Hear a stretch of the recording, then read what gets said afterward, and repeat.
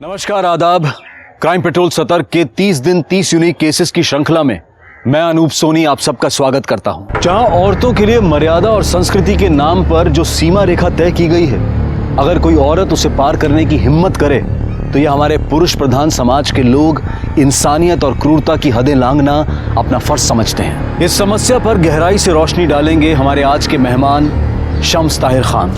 इज्जत और आबरू ये वो शब्द हैं जिनकी वजह से देश में हजारों क्राइम होते हैं। ये शब्द औरत और लड़कियों से इस कदर जुड़े हुए हैं कि इसका खामियाजा उन्हें अक्सर भुगतना पड़ता है। कभी औरत को सबक सिखाने के लिए उनकी आबरू लूटी जाती है, तो कभी लड़कियों को अपने तरीके और अपनी आज़ादी से जिंदगी जीने की जुर्रत के एवज में उन्हें इज्जत का वास्ता दिया जाता है। उन्हें सदियों पुरानी शोषित महिलाओं के तौर पर जीने के लिए मजबूर किया जाता है। हालांकि गांव के मुकाबले शहरों में औरतों के अधिकार और आज़ादी कहीं ज़्यादा बेहतर है, लेकिन तभी तक जब तक कि वो समाज के नियम को मानती हैं। जैसे ही वो इस नियम को तोड़ने की कोशिश करती हैं, उनके प्रति अपराध बढ़ने की संभावना ज़्यादा बढ़ जाती है।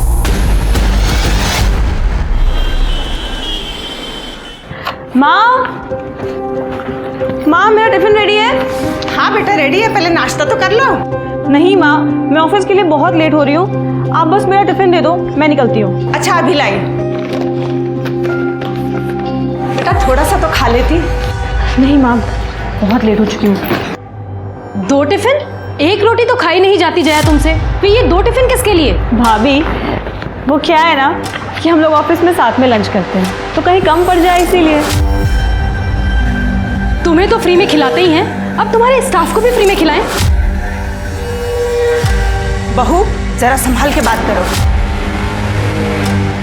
माँ सही तो कह रही है, वो सरकारी नौकरी है, इतना अच्छा कमाती है, ये नहीं कि घर में मदद करे। क्या मैं और पापा मिलके पूरे घर का बोझ उठाएं सिर्फ? मनोज, तुम अच्छी तरह से जानते हो कि इस घर में लड़कियों की कमाई नहीं ली जाती है। रोज रोज नाटक क्यों होता है इस घर में? ठीक है पापा, नहीं करेंगे तमाशा, लेकिन इसको समझा लीजिए, एक घर है, धर्मशाला नहीं है कि। बस बस अब बस भी करो।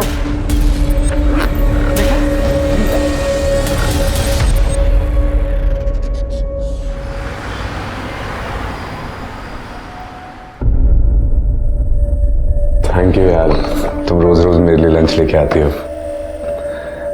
नहीं तो पता नहीं कैसे रोज रोज मैनेज होता मेरा। इसमें थैंक यू की क्या बात है, आप अभी अभी ट्रांसफ़र होकर आए।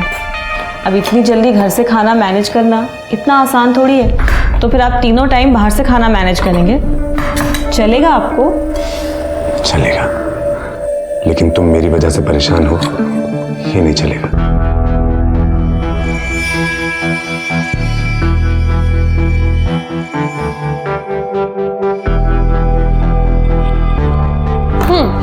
मैनेजर साहब तो अभी भी मदहोश लग रहे हैं। सही होश उड़ाए तेरे परफ्यूम ने। देख ले, कहीं सहारे वाले की जरूरत तो नहीं उन्हें। चुप करना, वैसे ही पूरा ऑफिस मेरे पीछे पड़ा हुआ है, ऊपर से तू भी बकवास करी जा रही है।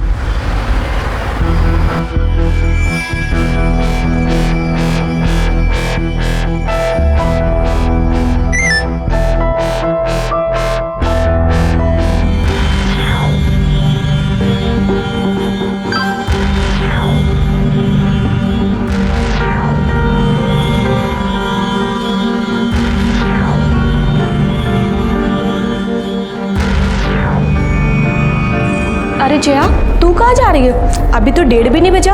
अरे इतनी तो उसे भूख भी नहीं लगी रहती है जितनी इसे खिलाने की पड़ी रहती है। जया, ये तो होना ही था। अब ऑफिस में बॉस के साथ रोमांस चलेगा तो ऐसी बातें तो सुननी पड़ेंगी।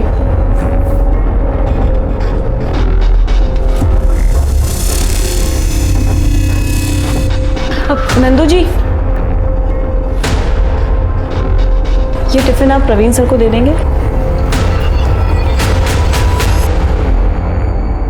अंकल जी, बहुत अच्छी कढ़ाई की है आपने, ऑफिस की सारी लड़कियां तारीफ कर रही थी। ये लीजिए, इसे भी कल शाम तक ऐसे ही करके दे दीजिएगा। ठीक है बेटा।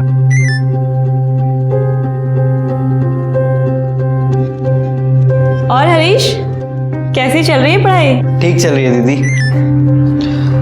बेटा अब तू ही इसे समझा, पढ़ाई तो ठीक है, लेकिन इसको बोल थोड़ा काम में भी मन लगाए, मेरा भी हाथ बटाए। ये बात तो सही कह रहे हैं अंकल, पढ़ाई के साथ साथ इनके काम में भी हाथ बटाया करो। जी दीदी।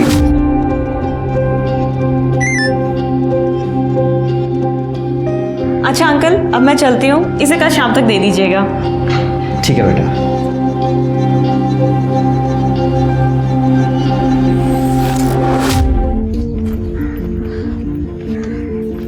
आप यहाँ क्या कर रहे हैं?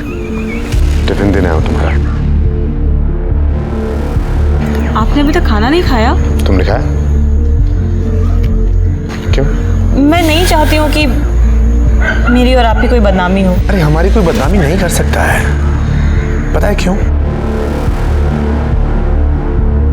क्योंकि मैं तुमसे सचमुच प्यार करता हूँ। प्रवीण, मैं भी आपसे बहुत प्यार करती हूँ।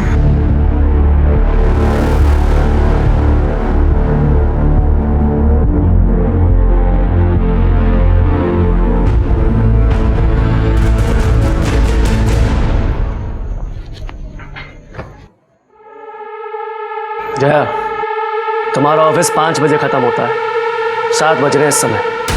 कहाँ थी अब तक? भैया वो ऑफिस में आज ज़्यादा काम था। हाँ, अब ये सबको खाना खिलाने के साथ साथ सबका काम भी तो करती है ना। वैसे भी सरकारी नौकरी में 9 से 5 का टाइम होता है, लेकिन ये मैडम ये तो ओवर टाइम करती है ना। दिन भर की थकी हारी मेरी बच्ची घर आई है, ये नहीं कि कोई पानी पूछे, बस ताने मारते हैं। ये ले बेटा, पानी पी ले। तू फ्रेश हो जा, मैं तेरे लिए चाय बना दी। ला, ये मुझे दे। पापा, माँ को तो अपनी लाडली बेटी में ना कोई नुक्स नहीं दिखता है, लेकिन आप तो कुछ बोल सकते हैं ना। जवान लड़की है, कुछ ऊंच नीच हो गई ना, किसी को मुंह दिखाने के लायक नहीं रहेंगे। अरे उसकी नौबत नहीं आई, हम समय से उसकी शादी करके उसे ससुराल भेज देंगे। मैंने कुछ लड़कों के फोटोग्राफ मंगाए हैं, जो लड़का पसंद आएगा उससे बात आगे बढ़ा देंगे। आओ। ये है अपना आलीशान महल। बाप रे, कितना गंदा कर रखा है घर को। ये देखो, ये गीला टॉवल कैसे रखा, और ये पजामा, ये कोई टी शर्ट रखने की जगह है? हाँ, इतनी गंदगी में कैसे रह लेते हो तुम?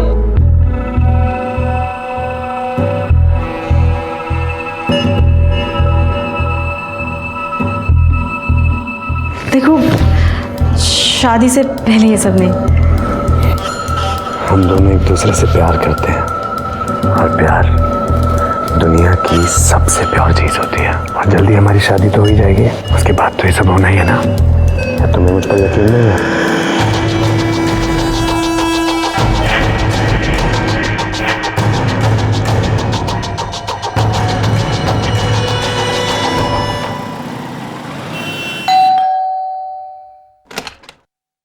अरे तुम दोनों एक साथ कहाँ से आ रही हो?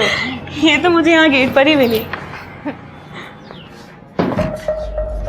ले पानी पी और बैठ। अरे जया, आ गई तुम, आओ बैठो। बेटा, तेरी शादी के लिए कुछ लड़कों के फोटोग्राफ्स आए हैं, तू देख ले, पसंद कर ले, फिर हमें बता दे। ये देख, हमने तेरे लिए इस लड़के को पसंद किया है। लड़का बहुत अच्छा है और तेरी ही तरह सरकारी नौकरी भी करता है।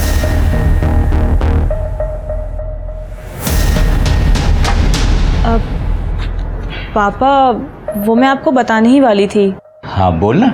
मैंने अपने लिए एक लड़का पसंद कर लिया है। कौन है? क्या करता है? बताऊंगी, और आप लोगों से मिलवाऊंगी भी, और आप लोगों को भी वो बहुत पसंद आएगा।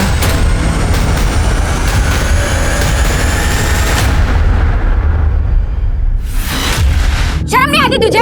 एक औरत होकर दूसरी औरत से हाथ जोड़ते हुए। सुन, अगर मर्दों को रिझाने का ज्यादा ही शौक है ना, बाजार में जाके बैठ। यहाँ क्या कर रही है तू? कौन है तू? हाँ, और ये क्या बकवास करे जा रही है? दिमाग तो सही है तेरा? सुन, मैं तुझे जानती तक नहीं हूँ। मैं तेरे जैसी 2 टकी औरतों को ना बहुत अच्छे से जानती हूँ।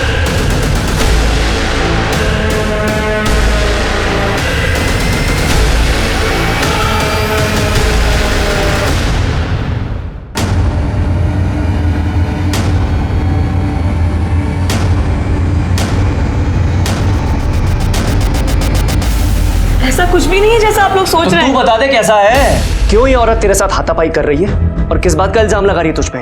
मैं इस औरत को जानती तक नहीं हूँ, इसे जरूर कोई गलतफहमी हुई है। ये क्यों ऐसा कर रही है मुझे नहीं पता।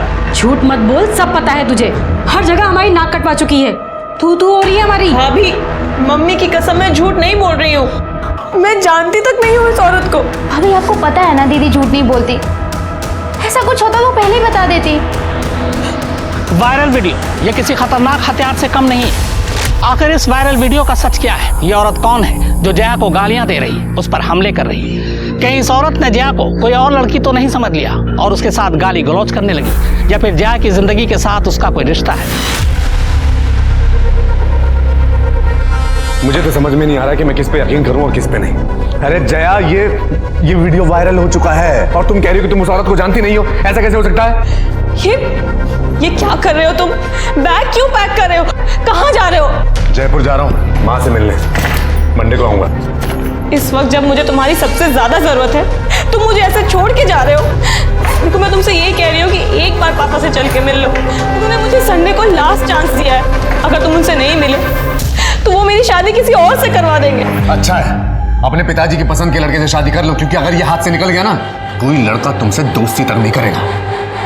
अच्छा अब जाओ यहाँ से, चलो मुझे बहुत काम है। अरे जाओ यार, मूड मत खराब करो मेरे, जाओ एक बार जाओ।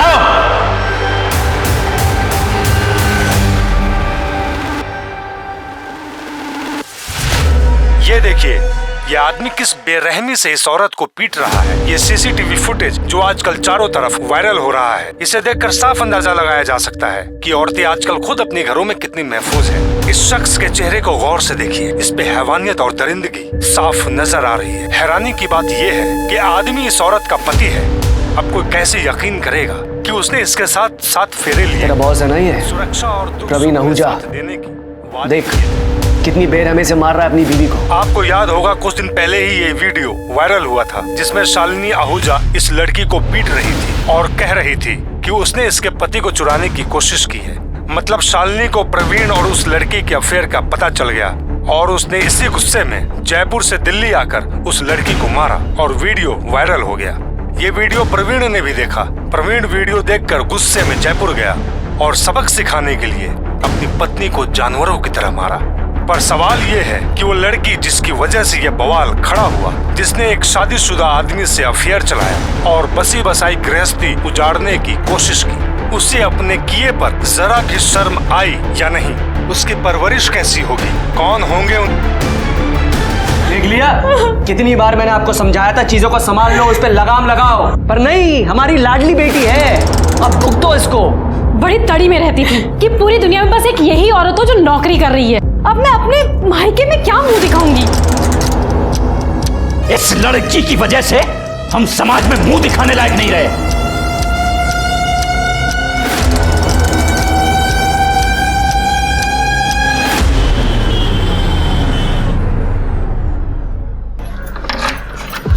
आओ जया, आओ। अरे आओ ना। देखो, ये मेरे कजन सुमित का फ्लैट है, अच्छा है ना?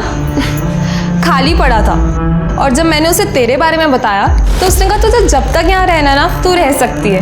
देख, फुल्ली फर्निश्ड फ्लैट है तो तुझे कुछ खरीदने की जरूरत नहीं है। बैठ। देख, तू इतना मत सोच, अब जो होना था वो हो गया। और जय, मेरी बात याद रख कि सारे लोग प्रवीण जैसे नहीं होते। तू भी भूल जा उस कमीने को और लाइफ में मूव ऑन कर, एंजॉय कर।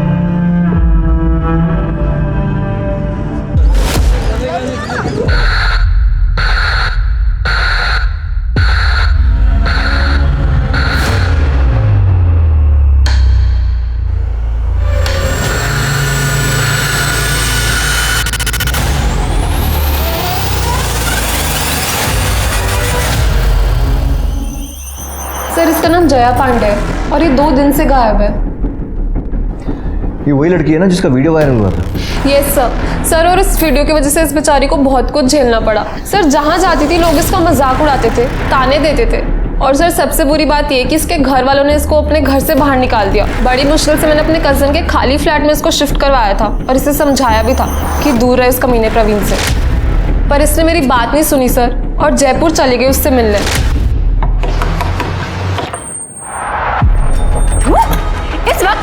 करने आई है यहाँ? मेरी गृहस्थी में कलेश डाल के तुझे चैन नहीं मिला जब यहाँ तक पहुँच गई? देखो, मेरी तुमसे कोई पर्सनल दुश्मनी नहीं है। मैं तुमसे बस एक रिक्वेस्ट कर रही हूँ, मुझे एक बार प्रवीण से मिलने दो। हे भगवान, ये तो बहुत ही बेशर्म औरत है। चल अंदर। तुझे छोड़ूंगी नहीं मैं। समझते क्या है तू? यहाँ तक आ गई, तेरी हिम्मत कैसे हुई यहाँ आने की? चल अंदर। और अब आवाज नहीं आनी चाहिए तेरी। आवाज? मैं चिल्लाऊंगी, छोड़ूंगी नहीं उस कमीनी को। क्या चाहिए? क्या लेने आई है यहाँ? सस्पेंड करवा दिया ना मुझे, अब क्या चाहिए? देखो, मैंने तुम्हें सस्पेंड नहीं करवाया है। तुम्हारे उस वायरल वीडियो की वजह से पूरे डिपार्टमेंट ने ये एक्शन लिया। हाँ तो तू भी अब एक्शन ले और निकल जाए यहाँ से, इससे पहले कि मैं गला दबा के तेरी जान से मार दूं, कट ले। हाँ, मार डालो। खोलो दरवाजा। मार डालो मुझे भी और तुम्हारे बच्चे को भी। क्या बकवास कर रही है? बकवास नहीं कर रही हूँ मैं प्रेग्नेंट हूँ। किसका पाप मेरे गले डाल रही है? तेरे जैसे कोई भरोसा थोड़ी है। मेरे जैसे का क्या मतलब है तुम्हारा? टाइम पास, और क्या? जिससे 2 बार हंस के बात क्या कर लो, गले पड़ जाती हैं, जैसे तुम मेरे गले पड़ रही है। देख, शराफत से बोल रहा हूँ, निकल जाए यहाँ से, दोबारा इधर दिखियो मत, ठीक है? वरना जान से मार दूंगा तुझे मैं। अरे चल ना, चल। जब उसने मुझे ये सब बताया सर तो मुझे बहुत गुस्सा आया। मैंने उसे बहुत सुनाया भी। फिर जाके उसने मुझे प्रॉमिस किया कि वो प्रवीण से कभी बात नहीं करेगी। ये वही शालिनी और प्रवीण आहूजा हैं जिनके डोमेस्टिक वायलेंस का वीडियो मीडिया के हाथ लग गया था। अब मीडिया गिद्ध के जैसे उनके पीछे पड़ गया। अब फिर ब्रेकिंग न्यूज़ बन जाएंगे और मीडिया हर जगह इस खबर को उछालेगा। सर मुझे उससे कोई मतलब नहीं है। मैं बस आपसे ये रिक्वेस्ट कर रही हूँ कि आप प्लीज जया को ढूंढ दो। जया को आखिरी बार कब देखा था आपने? सर मिले हुए तो मुझे बहुत टाइम हो गया, पर मेरी लास्ट बात 28 तारीख को हुई थी। 29 तारीख को हम लंच पर जाने का सोच रहे थे, पर जब मैंने उसे फ़ोन किया तो उसने मेरा फ़ोन ही नहीं उठाया। सर फिर 30 तारीख को भी जब मेरी उससे पूरे दिन बात नहीं हुई तो 1 तारीख को मैं उसके घर गई। सर मेरे पास उसके घर की एक एक्स्ट्रा चाबी है। जया, सर जब मैंने दरवाज़ा खोला तो जया वहाँ पे नहीं थी। जया, पर उसका फ़ोन, लैपटॉप, पर्स सब वहीं पर था सर। मुझे लगा कहीं पास में गई होगी तो ले जाना भूल गई होगी। सर मैंने वहाँ पे बहुत इंतज़ार किया पर जया वापस आई नहीं।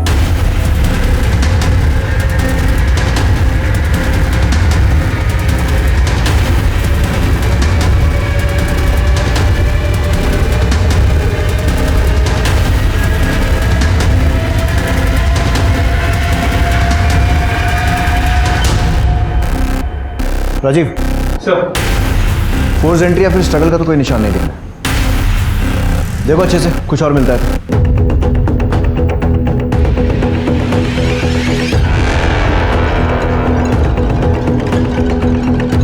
ये सीसीटीवी पहले से यही था? नहीं सर, ये जया ने शिफ्ट होने के कुछ दिन बाद ही लगवाया था अपनी सेफ्टी के लिए। ऑलरेडी उसके साथ इतना कुछ हो चुका था, फिर यहाँ वो अकेले रह रही थी, मुझे भी लगा होना चाहिए। सर इस खिड़की के बाहर से कुछ अजीब सी बदबू आ रही है। सर एक्चुअली पीछे वो खाली प्लॉट है जहाँ पे लोग अपना कचरा वगैरह डालते हैं, इसलिए बहुत बदबू आ रही है। जल्दी सब लोग।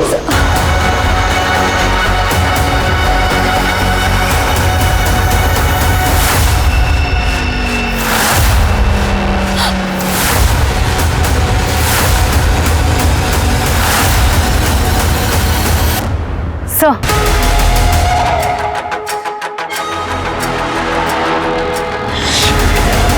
लोगों को हुआ क्या है यार?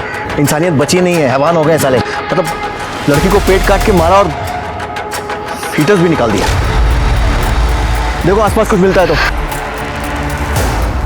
सर, कहा नहीं जा सकता कि कितनी बार चाकू से वार किया गया पेट पे। मिस्टर, बॉडी को पोस्टमार्टम के लिए भिजो और फीटस का डीएनए टेस्ट करवाओ। जया का फ़ोन सीज करो, फैमिली को इन्फॉर्म करो और घर के पास में अगर कोई सीसीटीवी है तो वो चेक करो। पता लगे कि इतनी रात को अकेले निकली क्यों थी। जिसने भी ये किया है बचना नहीं चाहिए।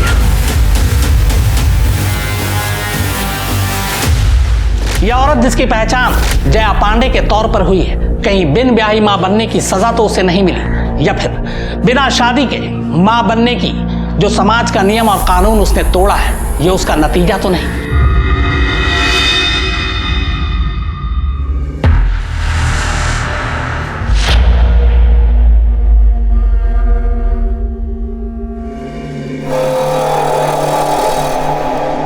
इंस्पेक्टर साहब, हर माँ बाप की तरह हमने थोड़ी सख्ती की थी उसके साथ, पर ये तो सब उसकी भलाई के लिए था ना। कितनी बार समझाया था उसे, पर नहीं मानी। घूम रही थी उस कमीने शादीशुदा इंसान के पीछे। उस कमीने ने इसकी जिंदगी बर्बाद तो कर ही दी थी, अब जान भी चली गई। आपका कहने का मतलब है कि जया की मौत में प्रवीण आहूजा का हाथ है? सिर्फ हाथ नहीं है सर, उसी ने मारा है इसे। रोज घर वालों से लड़के उसके लिए टिफिन लेके जाती थी, खाना खिलाती थी उसे। देखिए अब क्या कर दिया। सांप को दूध पिलाया, सांप ने ही डस लिया। आप लोगों को पता था कि जया प्रेग्नेंट है?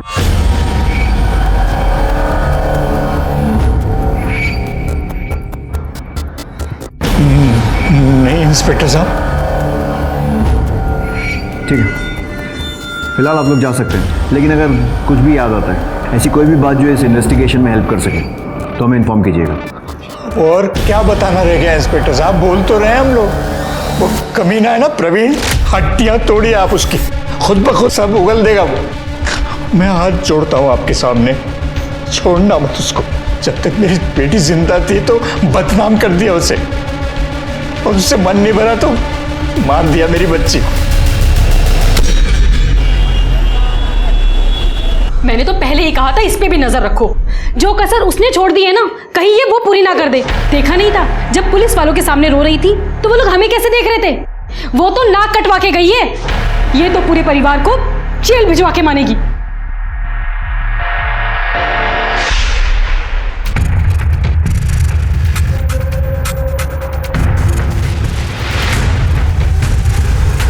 ये वही शालिनी आहूजा है ना, प्रवीण की पत्नी? जी सर, और ये फुटेज 28 तारीख के शाम 5:30 बजे की, जिस दिन जया ने प्रीति से आखिरी बार बात की। पता करो शालिनी के साथ ही आदमी कौन है। सर ये मेरा भाई राजू तोमर है। अच्छा, आपके भाई हैं? तू ये वो बाहुबली जिसे प्रेग्नेंट लड़कियों पर अपनी मर्दानगी दिखाने में बड़ा मजा आता है? नहीं सर। अपने जीजा को दिखाई थी ये ताकत जो एक लड़की को प्रेग्नेंट करके भाग गया? नहीं सर, ये झूठ है। चुप! तेरा सच झूठ सब बराबर कर देंगे। अपने पति पर गुस्सा नहीं आता, वहां दिखानी थी ना ये ताकत, या फिर चुपचाप वहां मार खाती है और उस बेचारी लड़की पर जोर आजमाइश करते हो तुम सब? जया के घर क्यों गए थे? क्यों मारपीट की उसके साथ? सर क्योंकि इतना सब कुछ होने के बाद भी वो प्रवीण को कांटेक्ट कर रही थी, जबकि प्रवीण उससे बात तक नहीं करना चाहते थे। इसलिए हमसे समझाने गए थे सर उसे। इसे समझाना कहते हैं? ठीक है दामिनी, इन्हें इनकी भाषा में कुछ समझाओ। सर सर नहीं। बस आया समझ में? और अब तेरी समझने की बारी। बहुत मजा आता है ना तुझे लड़कियों के कपड़े फाड़ने में। विकास, जैसे इसने जया के कपड़े फाड़े थे ना, एक एक कपड़ा फाड़ा इसका। नहीं सर। सर गलती हो गई सर, गलती हो गई सर। बहन का सोच के गुस्सा आ गया था सर। तो इसके साथ वापस आ गया था ना, फिर दोबारा कब गया था जया के घर मारने के लिए? उसे बाहर कैसे बुलाया उसे? सर मैं सिर्फ एक ही बार गया था दीदी के साथ। सर मैंने उसे नहीं मारा सर, सिर्फ मैं एक बार समझाने गया था सर। फिर से समझाने? सर धमकी देने गया था सर, बस उसे ये कहने गया था कि जीजा जी से दूर रहे सर। पर सर मैंने उसे नहीं मारा सर, सच में। पढ़ा रहने उसको, यहीं मॉलेस्टेशन का केस बनाओ। मॉलेस्टेशन? सर आप ऐसा नहीं कर सकते सर। दामिनी समझाओ इसे कैसे कर सकते हैं। Sir please sir. हाँ राजीव, कुछ और मिला? जी सर, ये देखिए सर, 28 तारीख जिस दिन शालिनी और उसका भाई जया के घर गए थे, उसी रात 11 बजे की ये फुटेज सर। यहाँ पे प्रवीण जया के साथ मारपीट करते हुए दिखाई दे रहा है।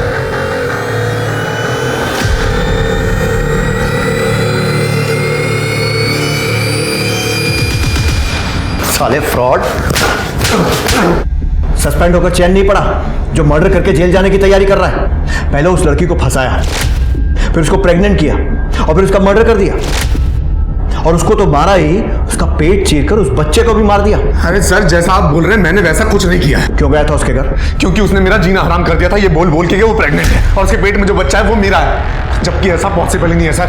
हमने जब भी सेक्स किया हमने प्रोटेक्शन यूज किया है।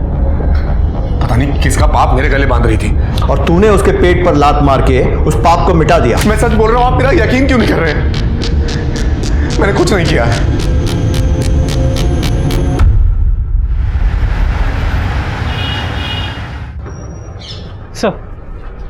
सर मैंने पता करवाया, 28 तारीख की रात 11 बजे के आसपास जया के घर वाली एरिया में कोई मेजर फॉल्ट हुआ था, जिस वजह से लाइट चली गई थी, जो अगले दिन सुबह 10 बजे के आसपास वापस आई।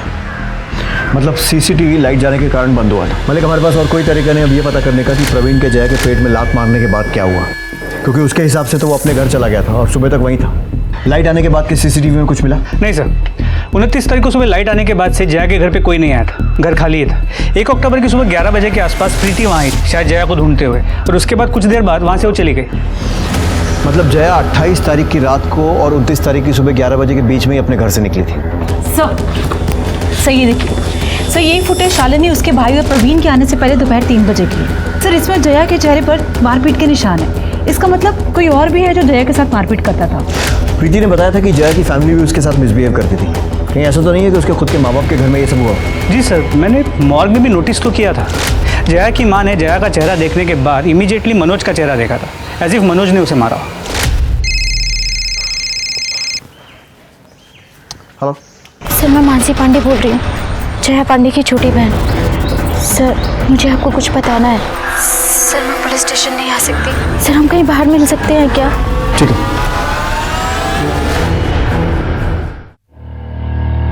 सर प्रवीण ने दीदी को सिर्फ यही झूठ नहीं बोला था कि वो शादीशुदा नहीं है, बल्कि दीदी को शादी का झूठा प्रॉमिस भी किया था, और वो आदमी झूठे वादे करके उन्हें बदनाम करके भाग गया। और तुम्हारी फैमिली ने क्या किया? जया को सपोर्ट किया? सपोर्ट? बाहर वालों से भी ज़्यादा जीना हराम कर दिया था उन लोगों ने। पापा हमारी फीलिंग्स कभी नहीं समझते थे, और मनोज भैया वो तो हमेशा दीदी से किल से रहते थे, क्योंकि भैया को बर्दाश्त ही नहीं था कि दीदी की सैलरी उनसे ज़्यादा है और वो घर खर्च के लिए पैसे भी नहीं देती। इसकी वजह भी पापा ही हैं, क्योंकि वो लड़कियों की कमाई खाना ही नहीं चाहते थे। और तुम्हारी माँ और भाभी? हाँ बेचारी की चलती का है, और भाभी वो तो हमेशा ही आग में घी डालने का काम करती हैं। जब दीदी का वीडियो वायरल हुआ था, पापा भैया भाभी इन लोगों ने दीदी का जीना हराम कर दिया था। तरस खाम पे और नहीं झेल सकते तुझे, निकल मेरे घर से। पापा मैं कहाँ जाऊंगी? तू तो कहीं भी जा सकती है ना। तेरे जैसी चंट लड़कियों के लिए दुनिया में कोई कमी है क्या? जा ढूंढ ले फिर से कोई शादीशुदा आदमी। नहीं पापा मैं कहाँ जाऊंगी? नहीं बेटा, नहीं बेटा, और आगे से शक्ल मत दिखाना अपनी। तीनों ने मिलकर जबरदस्ती दीदी को घर से बाहर निकाल दिया। माँ उन्हें रोक नहीं पाई, और फिर जब कुछ दिन पहले दीदी माँ से मिलने घर आई तो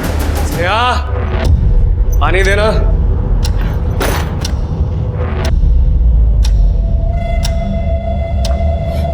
फिर आ गई तू? सर भैया ने मुझे भी धमकी दी है कि मैंने अगर आप लोगों को कुछ भी बताया तो वो मुझे जान से मार डालेंगे।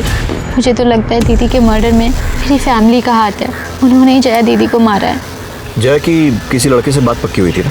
आदित्य वर्षने नाम है उसका, गुरुग्राम में रहता है, इरिगेशन डिपार्टमेंट में काम करता है। सर बहुत ही अजीब आदमी है, दीदी से शादी करने के लिए मरा जा रहा था।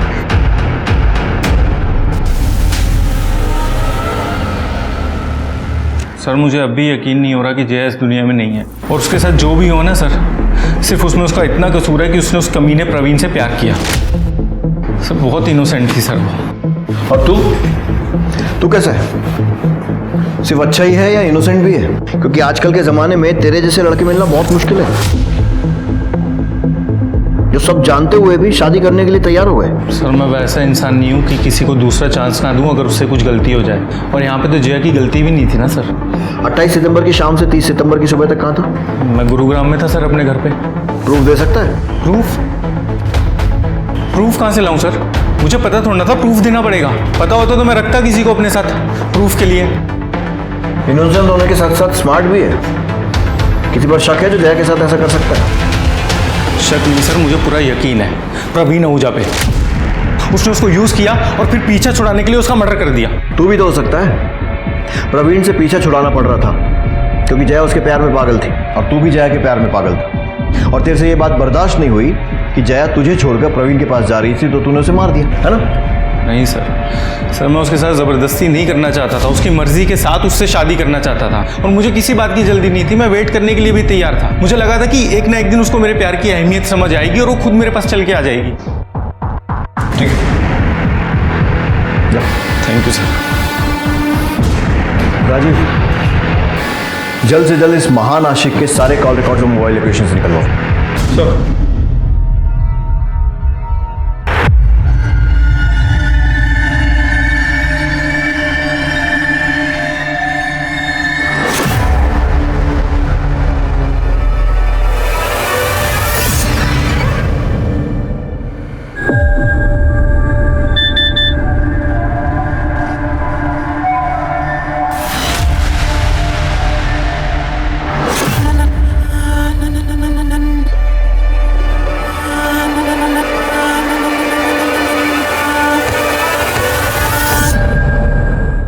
सर ये देखिए न्यूज में क्या आ रहा है। प्लीज मेरी मदद कीजिए, मेरे बहन के कातिलों को ढूंढने में। पुलिस इस मामले में छानबीन कर रही है। उनका क्या कहना है, क्या प्रोग्रेस है इस केस में? पता नहीं वो लोग कुछ कर भी रहे हैं या नहीं। 3 दिन हो गए उसकी बॉडी मिले, लेकिन पुलिस के पास बोलने के लिए कुछ भी नहीं है। अब आप लोग हमारे आखिरी सहारा है, प्लीज हमारी मदद कीजिए। मानसी का प्रॉब्लम क्या है? हर चीज़ को इतना बड़ा चढ़ा कर बोलती है। इसे यहाँ पुलिस स्टेशन में आकर हमसे बात करने में डर लग रहा था, आज सारी दुनिया के सामने दुखड़ा रोने में नहीं लग रहा है। सर ये भी तो हो सकता है कि मानसी ये पूरा नाटक हमसे कुछ छुपाने के लिए कर रही है। सर मैं कोई झूठ नहीं बोल रही, मैं बस अपनी बहन को न्याय दिलाना चाहती हूँ।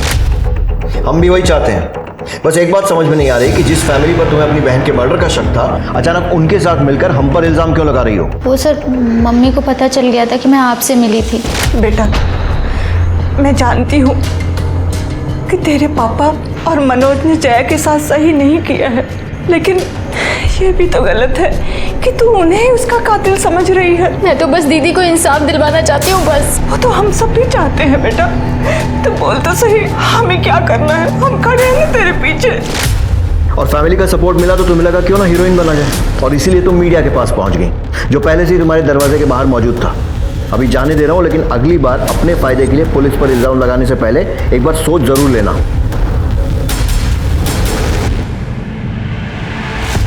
सर पोस्टमार्टम रिपोर्ट के मुताबिक जया की मौत 29 तारीख के सुबह 5 और 7 बजे के बीच चाकू के वार की वजह से हुई। उसके पेट में जो फीटस था वो 4 महीने का था। फीटस का डीएनए प्रवीण के डीएनए के साथ मैच करने के लिए भेज दिया। सर 28 तारीख की रात आदित्य की मोबाइल की लोकेशन जया के घर के पास की दिख रही है। राजीव उठाओ इस आशिक को, इसका इनोसेंस निकालने का टाइम आ गया है।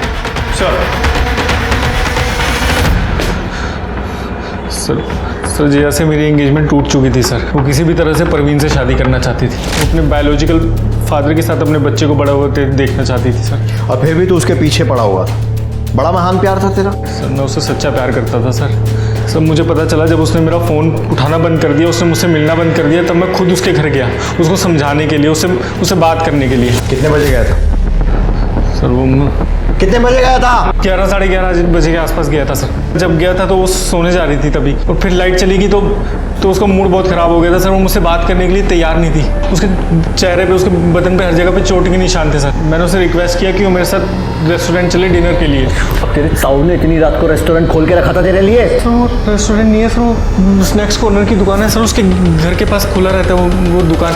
तुम मेरा फ़ोन क्यों नहीं उठा रही थी? आदित्य तुम्हें ये बात समझ में नहीं आती है क्या?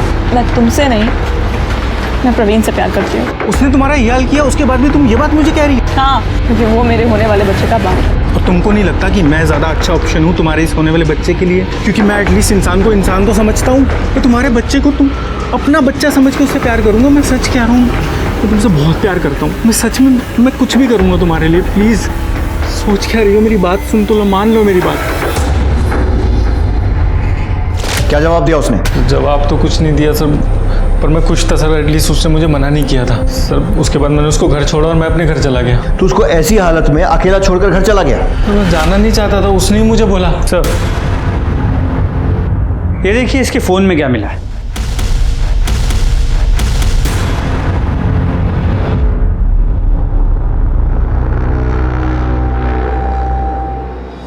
सब मेरी एंगेजमेंट हुई बड़ी थी सर उससे। मैं शादी करना चाहता था, प्यार करना चाहता था ना उससे सर। मुझे नहीं लगता कि इसमें कुछ बुरी बात थी सर। बुरी बात यह है कि तू लगातार हमसे झूठ बोल रहा है। पहले बोला कि जया के घर गया नहीं, फिर बोला गया था लेकिन बाद में अपने घर चला गया, जबकि मोबाइल लोकेशन से साफ दिख रहा है कि 29 सितंबर को सुबह 5 बजे तक तू जया के घर के आसपास था। तू खुद बताएगा या मैं उगलवाऊं? सर मैं बताता हूँ सर। उस दिन जब मैं निकला घर के लिए तो मैंने देखा कि मेरी 2 व्हीलर का टायर पंचर हो गया और इतनी रात में कोई दुकान भी खुली नहीं मिली, तो मैं जया को बिना बताए उसके घर के बाहर ही सो गया। तो सुबह 5 बजे उठ के मैंने सबसे पहले पंचर वाले को ही ढूंढा सर। और पंचर बनवाने के बाद मैं गुरुग्राम पहुंच गया 8:30-9 बजे तक सर। फिर झूठ बोल रहा है ना? सर नहीं, कोई पंचर नहीं हुआ था तेरी गाड़ी का।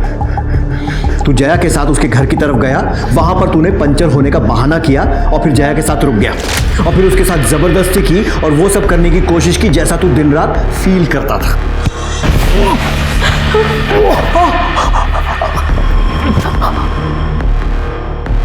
सर नहीं सर, मैं सच बोल रहा हूँ सर, मैंने ऐसा कुछ नहीं किया सर। सर प्लीज़ सर मेरी बात का विश्वास करिए सर, सच बोल रहा हूँ सर। सब पता चलेगा। मलिक रगड़ो ऐसे। सर लेकिन मैंने कुछ नहीं किया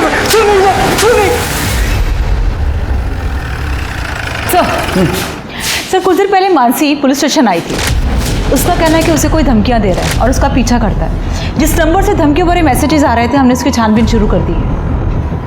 उसको कौन धमकियां देगा? सर जयंत के बैंक डिटेल्स। सर पिछले कुछ दिनों में उसने अपने सैलरी अकाउंट से अच्छी खासी रकम विड्रॉ की है। लेकिन मानसी ने कहा था कि जया घर खर्च में पैसे नहीं देती क्योंकि उसके पिता बेटी की कमाई नहीं खाते। तो फिर क्या किया इतने पैसों का, कहाँ खर्च किए होंगे? मलिक जया के घर के पास के डम डेटा क्या हुआ? सर इस टावर पे से हजारों लाइंस कनेक्टेड है, थोड़ा वक्त लगेगा। ठीक है सर, मानसी को जिन अलग अलग नंबरों से धमकी के फोन आ रहे थे वो सब चोरी के, लेकिन सर उसमें से एक नंबर पीछे हो गए। उस नंबर की डिटेल्स हम लोग पता कर रहे हैं। कौन हो सकता है ये?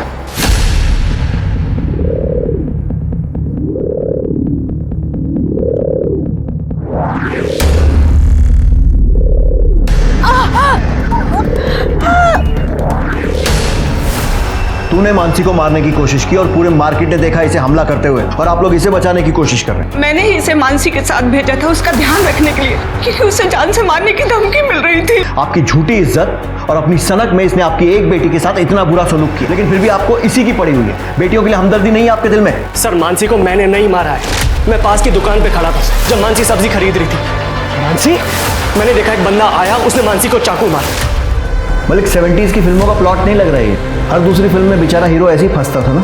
अब समझ में आ रहा है तेरी सोच इतनी घटिया क्यों है। मानसी के अटेम्प्ट टू मर्डर में इसको अरेस्ट करो और लेकर जाओ। सर मैंने नहीं मारा उसे। सर मेरी बात। इस केस में एक के बाद एक नए और ड्रामेटिक खुलासे हो रहे थे। मानसी की जान बच गई थी, वो हॉस्पिटल में थी, और इधर पुलिस ने उस पीसीओ की लोकेशन पता कर ली थी जहां से मानसी को धमकी भरा फोन आया था। ये पीसीओ मनोज के ऑफिस के ठीक सामने था। तो क्या मनोज खुद ही अपनी बहन को धमकी दे रहा था? पर क्यों? जया के घर के बाहर मिले रैंडम एक्टिव नंबर्स की पुलिस जांच कर रही थी, और इस जांच में पुलिस को एक ऐसा नंबर मिला जो जया के मर्डर और मानसी पर हुए हमले के दौरान दोनों जगह एक्टिव था। और मर्डर से कुछ ही दिन पहले जया ने इस नंबर पर कई बार बात की थी। जया ने तेरी इतनी मदद की और तूने बदले में क्या किया? उसे मार दिया। क्यों? सर पापा चाहते थे कि मैं उनकी दुकान पे मदद करूं, पर मैं कॉलेज जाना चाहता था, पढ़ना चाहता था। पर कॉलेज में जाने के बाद मुझे वहाँ बैटिंग का चस्का लग गया, और जिसके लिए पैसे चाहिए थे जो मैं जया दीदी से एक्स्ट्रा क्लासेस के नाम पे लेता था। और फिर एक दिन वो कॉलेज के पास से गुजर रही थी, तो देखने के लिए कि मेरी पढ़ाई कैसी चल रही है वो कॉलेज में आ गई, और उन्हें सब कुछ पता चल गया। इतनी मुश्किल से तुम्हें ये मौका मिला है और तुम वो मौका ये जुए और बैटिंग में गंवा रहे हो और मुझसे झूठ बोलकर पैसे ले रहे हो। सॉरी दीदी, प्लीज़ माफ़ कर दो, दोबारा नहीं होगा। दोबारा कुछ नहीं होगा। और आज के बाद से मैं तुम्हें कोई पैसे नहीं देने वाली हूँ, और जितने पैसे तुमने मुझसे पढ़ाई के नाम पर झूठ बोल कर लिए हैं ना, वो मुझे 10 दिनों के अंदर वापस चाहिए, नहीं तो तुम्हारे पापा को मैं सब कुछ सच बता दूंगी। मैं बहुत डर गया था कि अगर जया दीदी ने पापा को ये सब बता दिया तो मुझे बहुत मार पड़ेगी और मुझे उनके साथ बैठ के कपड़े सिलने पड़ेंगे। और 28 तारीख को 10 दिन पूरे होने वाले थे। मेरे पास 1 रुपया भी नहीं था दीदी को देने के लिए। और फिर 29 तारीख के सुबह 5:30 बजे मैं दीदी के घर के इधर चला गया। उस वक्त उस एरिया की लाइट नहीं थी, बहुत अंधेरा था। नीश, तुम इस वक्त यहाँ क्या कर रहे हो? दीदी वो आपके पैसे इस वक्त दो। शिट, मैं पर्स तो अपनी गाड़ी की डिक्की में ही भूल गया। आप एक काम करो, आप मेरे साथ आओ, मैं आपको पर्स दे दूंगा और फिर मैं वहीं से निकल जाऊंगा। देखो, तुम जाके पैसे लेके आओ, मैं नहीं आने वाली हूँ बाहर। प्रवीण और जया दीदी की स्टोरी सबको पता थी, इसलिए मैंने सोचा कि मैं अगर उनके बच्चे को भी मार दूं तो सारा इल्ज़ाम प्रवीण के ऊपर चला जाएगा। फिर मैंने उनका पेट चीर कर। और मानसी को क्यों धमका रहा था? उस पर हमला क्यों किया? आपको कंफ्यूज करने के लिए और मनोज भैया को फंसाने के लिए। और उसके बाद मुझे फ़ोन चुराने का आइडिया मिला। मैं फ़ोन चुराता, धमकी देता और फ़ोन तोड़ देता।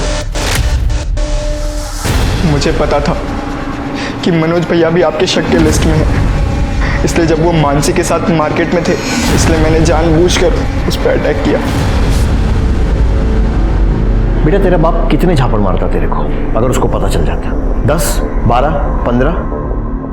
उससे बचने के लिए तूने दो जानें ले ली। एक उसकी जो चाहती थी कि तू पढ़ लिख कर कुछ अच्छा करे, और दूसरी जान जो पूरी तरीके से बन भी नहीं पाई थी। मालूम है, जो खतरनाक क्रिमिनल होते हैं ना, वो भी इतनी दरिंदगी नहीं दिखाते हैं जो तूने किया है। इस केस को देखकर मुझे बशीर बदर साहब का एक शेर याद आता है, कोई हाथ भी ना मिलाएगा जो गले मिलोगे तपाक से। ये नए मिजाज का शहर है, जरा फासले से मिला करो। जया एक नेक दिल और पाक साफ लड़की जिसने लोगों पर भरोसा किया, लेकिन हर एक ने उसके भरोसे का खून किया, चाहे वो परिवार हो, बॉयफ्रेंड या फिर वो हरीश, जिसे पढ़ाने, आगे बढ़ाने और जिंदगी संवारने में जया ने अपनी जिंदगी झोंक दी। बदले में उसने जया की ही जिंदगी छीन ली। ऑनलाइन बेटिंग गेम्स ने हरीश जैसे ब्राइट स्टूडेंट को भी क्रिमिनल बना दिया। ये हमें बताता है कि किस तरह इंटरनेट ने हमारी जिंदगियों को जकड़ लिया है। इंटरनेट का इस्तेमाल हमें इंसान और समाज की बेहतरी के लिए करना चाहिए, न कि बर्बादी के लिए। देखते हैं हमारे आज के एपिसोड की दूसरी कहानी।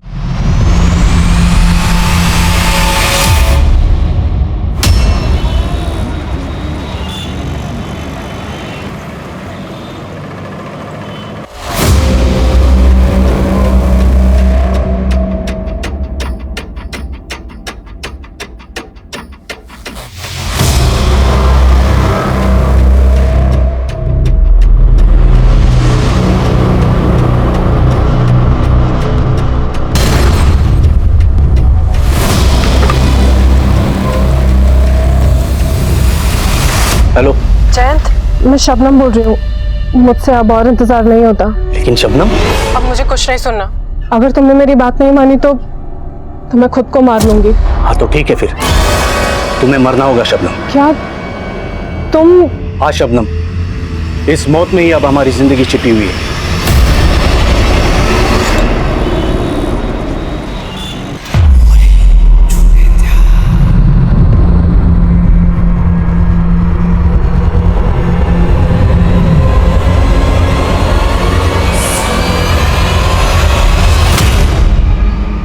शबनम, उठ जा बेटा।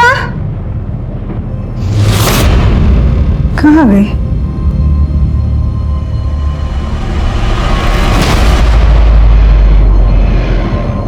अम्मी, मैंने अपनी जिंदगी का रास्ता चुन लिया है। आप यूं समझ लेना कि मैंने मौत को चुन लिया।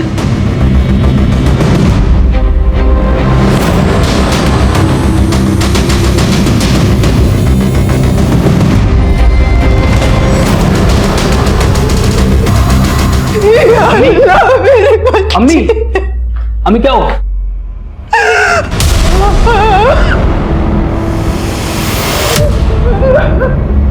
अम्मी बहुत गलत किया शबनम ने। मैं जानता हूं उसी लौंडे के साथ भाग गई होगी वो,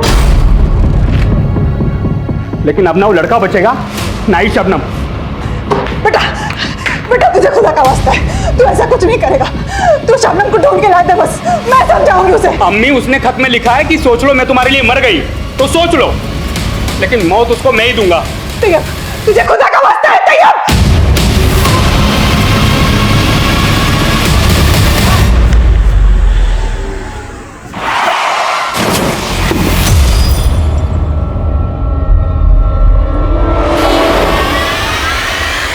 ये क्या कर दिया? दिखाई नहीं देता तुम लोगों को? अरे सॉरी। क्या सॉरी? हाँ? अरे मैडम, सॉरी बोल दिया ना, इतना अकड़ क्यों रही हो? अरे उसकी गाड़ी में स्क्रैचेज आए हैं, गुस्सा तो आएगा ही ना। मैम आप ये लो। बदतमीज लोग। अरे अरे अरे रुको तो। अरे मैम, और पैसे ले लो, ऐसे नाराज होके क्यों जा रही हो? अरे भाव तो बोलो, खुश कर। तेरी ये मजाल मुझ पे हाथ चलाएगी? रुक रुक, चल गाड़ी चल। जाओ जल्दी जाओ।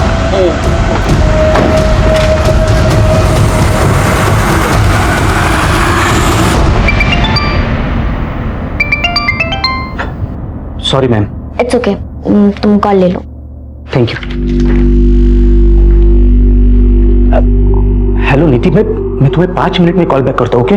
संतोष, मेरा 2 लोगों से झगड़ा हो गया और वो लोग मुझे फॉलो कर रहे हैं। क्या? कौन है वो लड़के? पता नहीं, मेरी कार का एक्सीडेंट हो गया था उनकी कार से। हेलो नीति, हेलो। क्या हुआ संतोष?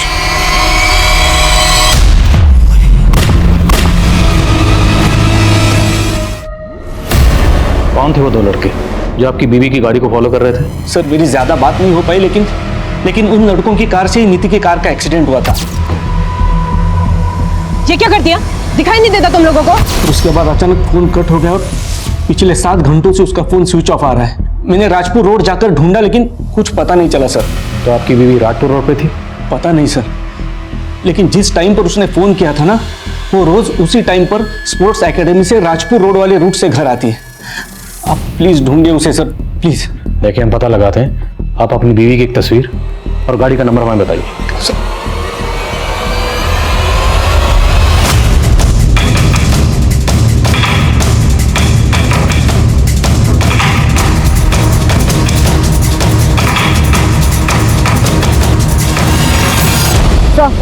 नीति की गाड़ी तो वहाँ है, लेकिन लाश यहाँ 500 मीटर दूर अंदर जंगल में मिली। तो बॉडी पर 3 गोलियों के निशान हैं, एक छाती पर, 2 पेट पर। और कार को बाहर जबरदस्ती रोका गया होगा। उसके बाद 500 मीटर अंदर जंगल में इसलिए लाए गए ताकि रेप किया जा सके।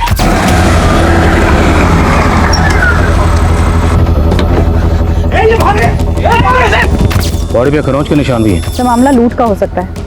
गाड़ी में से नीति का फोन या पर्स भी नहीं मिला है। बॉडी को पोस्टमार्टम के लिए भेजो। सर गाड़ी पर इतना बड़ा स्क्रैच है, मामला रोड रेज का भी हो सकता है। शाश्वता ये मामला कुछ और ही लगता है। नीति के पति का कहना है कि 2 लड़के नीति को फॉलो कर रहे थे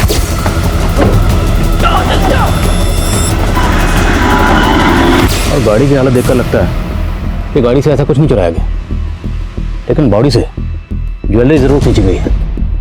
उनका इरादा शायद रेप और कत्ल का ही था, जिसे लूट की शक्ल देने की कोशिश की गई है। ये राजपुर रोड है। नीति के पति ने बताया कि नीति हर रोज एकेडमी से इसी रास्ते से घर लौटती थी। रास्ते पे जितने भी सीसीटीवी हैं सबकी फुटेज निकालो और खबरों को काम पे लगाओ।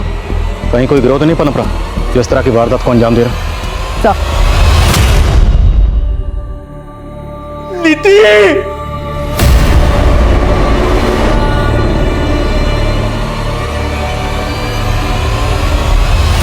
सर नीति कल शाम को 5 बजे निकल गई थी हमेशा की तरह। तो क्या नीति का कल किसी से झगड़ा हुआ था? हाँ सर, कल जब वो प्रैक्टिस के लिए आई थी तो एक लड़के के साथ उसका झगड़ा हुआ था। सर मैंने नीति से उस लड़के के बारे में पूछा था पर उसने कुछ बताया नहीं।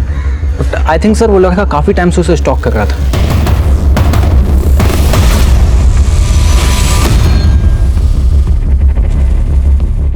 इस फुटेज में लड़के का चेहरा साफ नजर नहीं आ रहा। नीति तकरीबन शाम को 5 बजे एकेडमी से निकली थी। उस टाइम की फुटेज तो लग रही है।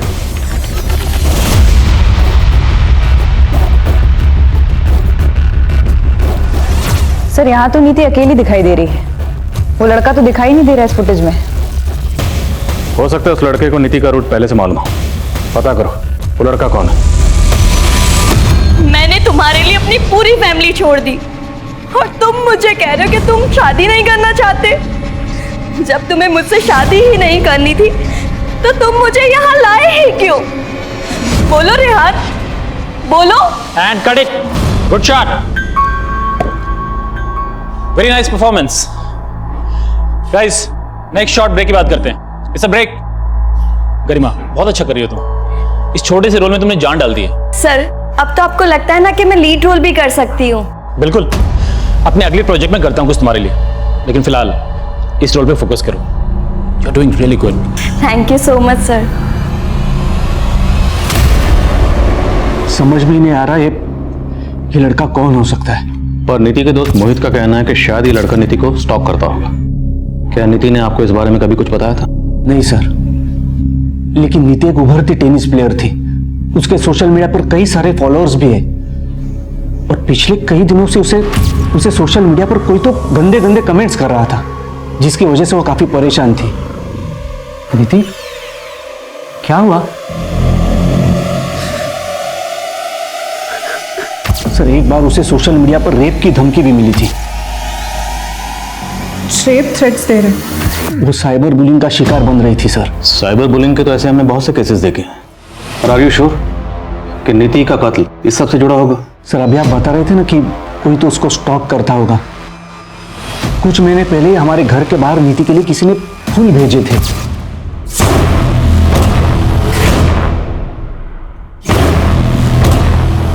लेकिन मैंने नीति को उस बारे में कभी कुछ नहीं बताया क्योंकि वो डिस्टर्ब हो जाती। कहीं वो यही लड़का तो नहीं जो फूल छोड़कर गया था। अच्छा, आपकी फैमिली में कौन कौन है? आपकी और नीति की। आई मीन आपके पेरेंट्स, नीति के पेरेंट्स कहाँ हैं? सर, नीति और मेरे पेरेंट्स इस दुनिया में नहीं रहे। कुछ टाइम पहले उनका देहांत हुआ था। हम दोनों का एक दूसरे के अलावा इस दुनिया में कोई नहीं था। साहब, जिस एरिया में आपको नीति मैडम की गाड़ी मिली थी ना, उसके आसपास के एरिया में पूछताछ कर रहा था। मेरे को एक आदमी मिला, वो बोल रहा था वो साइकिल से जा रहा था और नीति मैडम की गाड़ी के पास उसको एक काले रंग की गाड़ी मिली थी। साहब, काले रंग की कार? हो साहब, आप बोल रहे थे ना नीति मैडम की गाड़ी का किसी के साथ एक्सीडेंट हुआ था। हो सकता है वो काले रंग की गाड़ी वही हो जिसके साथ एक्सीडेंट हुआ था। गाड़ी का नंबर पता चला? नहीं साहब, लेकिन मेरा पूछताछ चालू है। जैसे कुछ पता चलता है मैं बताता हूँ आपको। अगर वो कार सीन में लगी हुई है तो मुझे दूसरी कार अरेंज करके दो, मुझे इमरजेंसी है। अरे चिल्ला क्यों रही हो रमेश? क्या तरीका गरिमा? वहां शॉट रेडी और तुम यहाँ पर?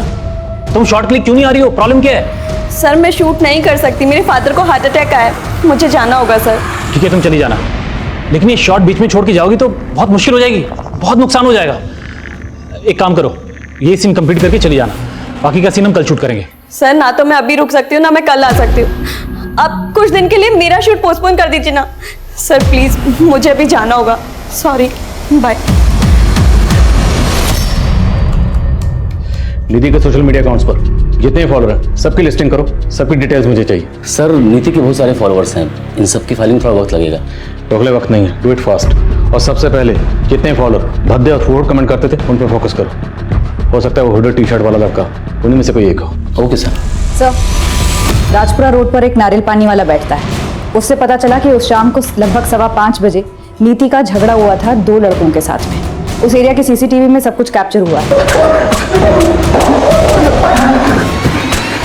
सर हम मानते हैं कि हमारा उसके साथ झगड़ा हुआ था, लेकिन हमने उसके साथ कुछ ऐसा नहीं किया सर। फोटो चेक किए हम, तुमने उसके साथ मारपीट की और उसके बाद तुम दोनों उसके पीछे भी गए। सर हम उस डायरेक्शन में गए जरूर थे, पर हमने उसको फॉलो नहीं किया। सर हम आगे से दूसरे रास्ते पर मुड़ गए थे। अब तुम्हें सीधे रास्ते पर हम लाएंगे। माँ, माँ, क्या बोला डॉक्टर ने? और पापा कैसे? डॉक्टर बोल रहे कि सर्जरी करवानी पड़ेगी और 5 लाख का खर्चा बता रहे, और अब तक का बिल 1.5 लाख बना चुके। ये 1.5 लाख देने भी भारी पड़ रहे हैं, 5 लाख कहाँ से लाएंगे? माँ आप परेशान मत हो, मैं कुछ अरेंज करती हूँ, आप इतनी टेंशन मत लो।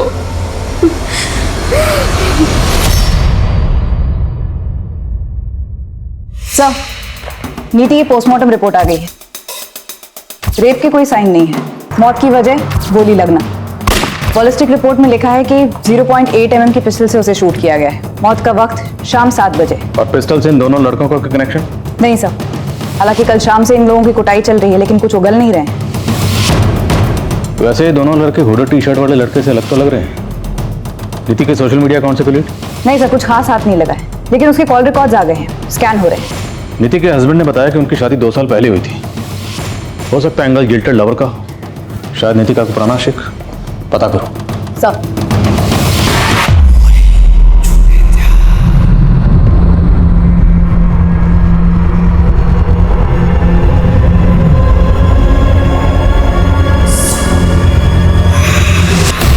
सर, नीति के सोशल मीडिया अकाउंट से लिंक्ड एक अकाउंट मिला है जो किसी सनी नाम के लड़के का है। सस्पिशियस है सर, उसकी प्रोफाइल में फोटोज हैं।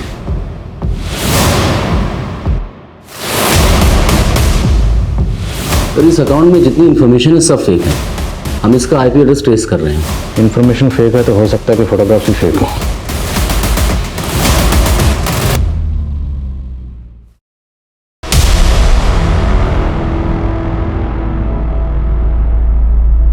माँ, अब आपको फिक्र करने की कोई जरूरत नहीं है, मैंने पापा के इलाज के लिए पैसों का अरेंज कर लिया।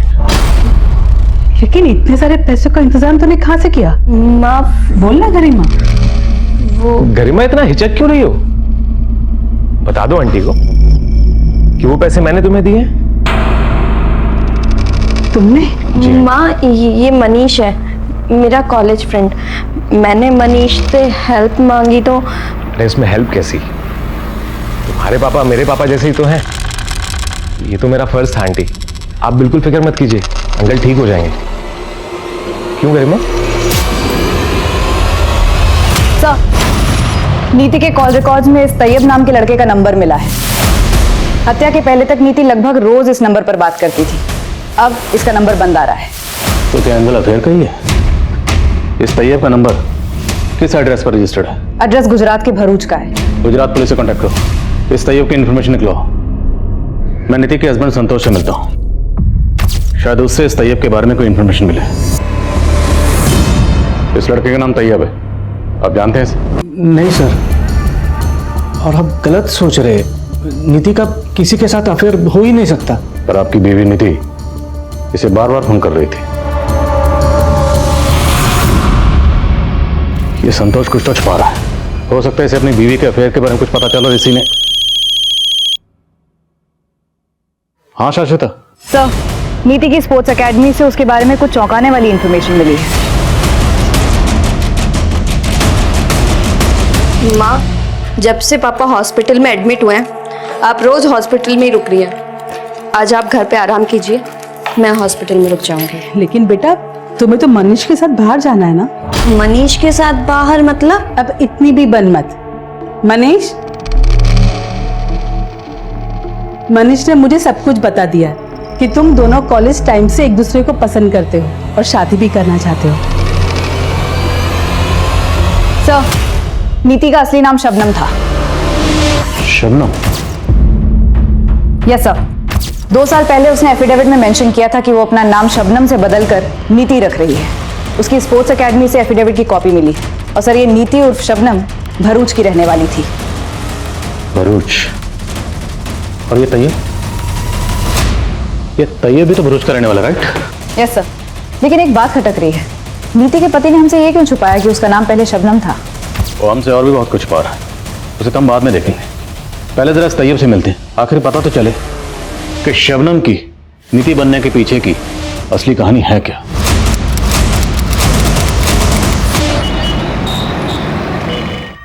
अम्मी, मैंने खाना बना दिया है, अभी जरा एक काम से बाहर जा रही हूँ। अल्लाह हाफिज।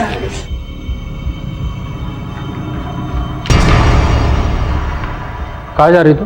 वो भाईजान, एक फ्रेंड से नोट्स लेने जा रही थी, 1 घंटे में लौट आऊंगी। चेहरा क्यों खुला रखा है? डाक?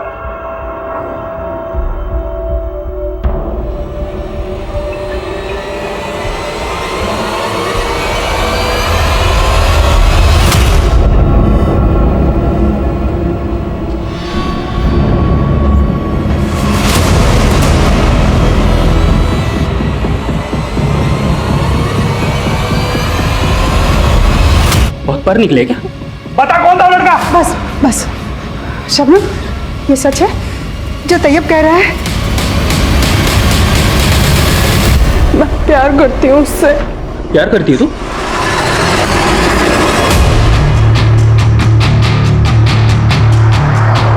अम्मी, शबनम को कुछ नहीं हुआ है, वो जिंदा है। तू मुझे खोल दे, मैं तुझे लेके जाता हूँ उसके पास। खोल। तू मुझसे चालाकी कर रहा है। तू सच बता कि शबनम कहाँ है?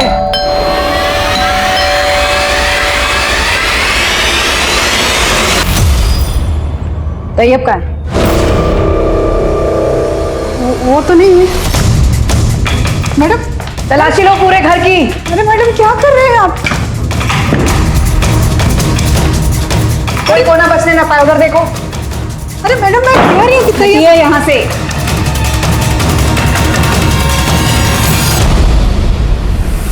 क्या है ये?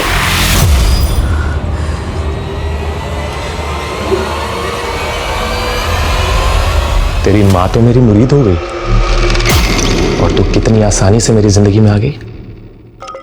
अब सिर्फ मेरी नहीं, मेरे दोस्तों की जिंदगी में भी।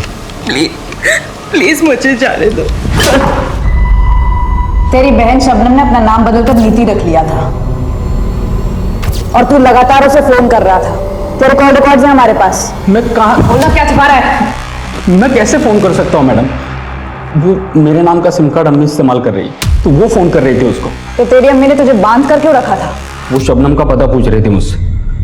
मैडम मैं खुद हैरान हूँ कि अम्मी खुद शबनम से बात करती थी फोन पे और पता मुझसे पूछ रही थी। जयंत उर्फ संतोष, तो तुम बन गए जयंत से संतोष और तुम्हारी बीवी बन गई शबनम से नीति। अब इस परिवर्तन का कारण बताओगे, क्या वजह थी? सर हम दोनों अपना नाम बदलने के लिए मजबूर हो गए थे। हम दोनों एक दूसरे से बहुत प्यार करते थे, लेकिन शबनम का भाई वो हमारी जान का प्यासा बन गया था। वो मेरे बिना रह नहीं सकती थी। अगर तुमने मेरी बात नहीं मानी तो मैं खुद को मार लूंगी। तैयब की डर से वो शहर छोड़कर हम यहाँ आ गए और वो हमें कभी ढूंढ ना पाए, इसलिए हमने अपने नाम बदल दिए। पर ये बात तो तुम हमें पहले भी बता सकते थे और तुमने नहीं बताई, क्यों? सर मैं बताने वाला था लेकिन मैं डर गया था। डर गए थे या हमें घुमा रहे थे? कहीं ऐसा तो नहीं तुम दोनों मियां बीवी वहां से कोई कांड करके यहाँ भाग कर आए? नहीं सर, ऐसा कुछ नहीं है। आपने उस दिन जब तैयब की फोटो दिखाई मुझे, तब मैं खुद हैरान हो गया था कि नीति तैयब से फोन पे बात कर रही थी। तैयब का कहना है कि नीति उस नंबर पर तकरीबन हर रोज अपनी अम्मी से बात करती थी। ये बात तुझे पता थी? नहीं सर, नीति ने तो मुझे बताया था कि उसने सबसे नाता तोड़ दिया था। हाँ साहब ये सच। ये नंबर मैं इस्तेमाल करती हूँ। तो अभी आप अपनी बेटी से सिर्फ फोन पर टच में थी? वो तो अपने भाई के डर से मुझसे रिश्ता तोड़ के चली गई थी। 2 बरस से मैं उसकी शक्ल देखने को तरस गई थी। और 3 महीने पहले अचानक से उसने मुझे फोन किया। अम्मी मैं शबनम। शबनम कहाँ है तू बेटा? अम्मी मुझे माफ कर दो। मैंने आपको बहुत दिल दुखाया और दिल पे पत्थर रखकर इतने वक्त तक आपसे दूर रही, लेकिन अब और नहीं। शबनम मेरी आंखें तरस गई तुझे देखने के लिए। कहाँ है तू बेटा? उसने कभी मुझे नहीं बताया कि वो कहाँ रहती थी, लेकिन उस दिन के बाद से वो अक्सर मुझे फोन किया करती थी। और एक दिन तैयब ने देख लिया मुझे शबनम से बातें करते हुए। हाँ कमीनी, कहाँ है तू? बोल तू कहाँ है? छोड़ूंगा नहीं मैं तुझे। कहाँ है शबनम? मुझे नहीं मालूम। बोलेगी शबनम कहाँ है? वो शबनम से नफरतें निकालने के लिए मुझे मारने लगा और शबनम का फोन भी बंद आने लगा। मुझे लगा कि तैयब ने ही मेरी बेटी के साथ कुछ किया है, इसलिए मैंने उसका हाथ पर बांध दिया था और ये जानने की कोशिश कर रही थी कि उसने मेरी बेटी साहब सच बोल रहे हो साहब? अम्मी को गलत फहमी हुई है साहब, मैंने शबनम को नहीं मारा। जिस शाम तेरी बहन शबनम का कत्ल हुआ तेरा फोन बंद था, क्यों? क्योंकि तू कत्ल करने के इरादे से अपना फोन बंद करके भरूच से पुणे आया था, है ना? साहब मैं भरूच में ही था, दोस्तों के साथ पार्टी कर रहा था। मोबाइल का बैटरी डाउन हो गया था सर। तेरी बेटी तो हम जांच करेंगे। बोल वो पिस्टल कहाँ है जिसे तूने मर्डर किया? यकीन मानिए साहब मैंने कुछ नहीं किया। तुमने कुछ नहीं किया तो तोड़ो जरा से।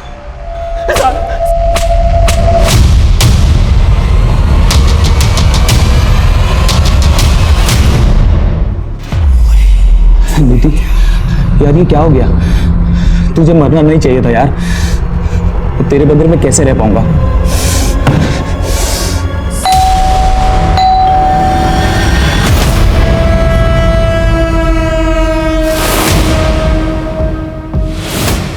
तोड़।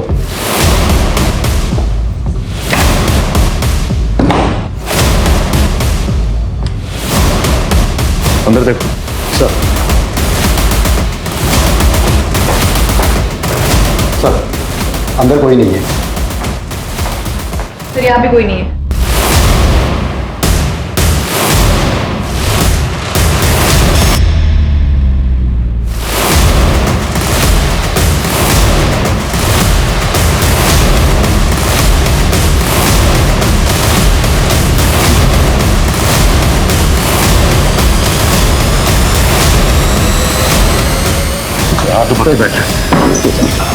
अरे सर मेरी बात तो सुनिए सर।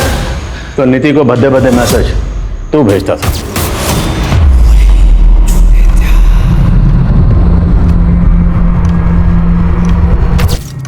और उसके घर पर वो बुके भी तुमने ही छोड़ा था और तूने नीति के साथ जबरदस्ती सेल्फी लेने की कोशिश की थी। सर मैं तो प्यार करता था नीति से। प्यार करता था? तो नौटंकी बंद कर, सीधे सीधे बोल, वो पिस्टल कहाँ है जिससे तूने उसका मर्डर किया? कौन सी पिस्तौल? सर मैं सच बोल रहा हूँ, मैंने कुछ भी नहीं किया। कैसे नहीं मारा? तो सर मेरी सर कुछ अर्सा पहले एक नेबरिंग स्टेट में भी एक फैन ने आरजे पर अटैक किया था। इस सनी को लाइटली मत लेना, हो सकता है कांड इसी ने किया। सर लेकिन सनी के घर से कोई पिस्टल बरामद नहीं हुई। समझ नहीं आ रहा उसके पास 0.8 mm की पिस्टल आ कैसे गई। और इधर नीति के भाई तैयब ने भी कुछ कबूल नहीं किया। और उसकी माँ को उस पर पूरा शक है। सर ये विवेक और विशाल का क्या करना है?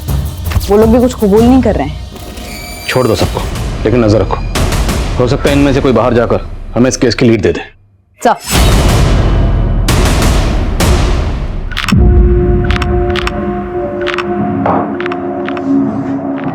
टेंशन मत लो संतोष, तुमने कुछ गलत नहीं किया है, सब ठीक हो जाएगा।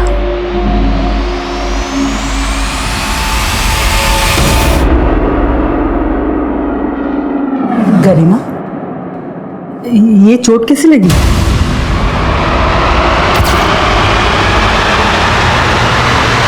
बोल ना बेटा, तू कुछ बोल क्यों नहीं रही? वो माँ कुछ नहीं, बस ऐसे ही लग गई थी। मैं ठीक हूँ।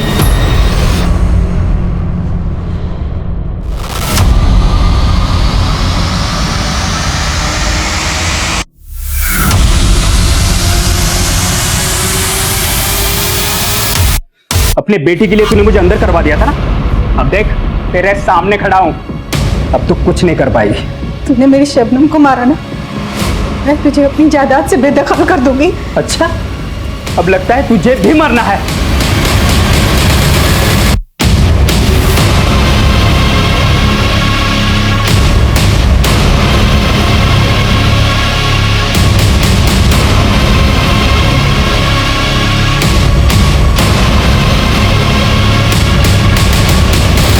आप कुछ भी बोल रहे हैं सर, मैं नीति से प्यार करता था, मैं उसको क्यों मरवाऊंगा? क्योंकि तेरा तेरी बॉस दृष्टि के साथ अफेयर चल रहा था और तेरा शबनम उर्फ नीति से दिल भर गया था, तो उससे पीछा छुड़ाना चाहता था। और जब तुझे नीति ने फोन करके बताया कि 2 लड़के उसे फॉलो करने, तूने मौके का फायदा उठाने की सोची, तो खुद वहां गया, नीति को मारा और खुद आ गया हमारे पास बेचारे पति की एक्टिंग करने। आप कुछ भी बोल रहे हैं सर, ऐसी बात नहीं है। दृष्टि सिर्फ मेरी एक अच्छी दोस्त है, नीति ने हम पर कभी शक नहीं किया। और आप, तेरी अच्छी दोस्त दृष्टि ये कबूल कर चुकी है कि वो तुझे अपना क्या मानती है। अब तू भी मान जा, वरना हम मनवाएंगे।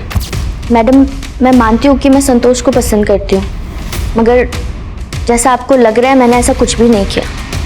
तो तुम मान रही हो कि संतोष तुम्हारे लिए नीति को छोड़ सकता था?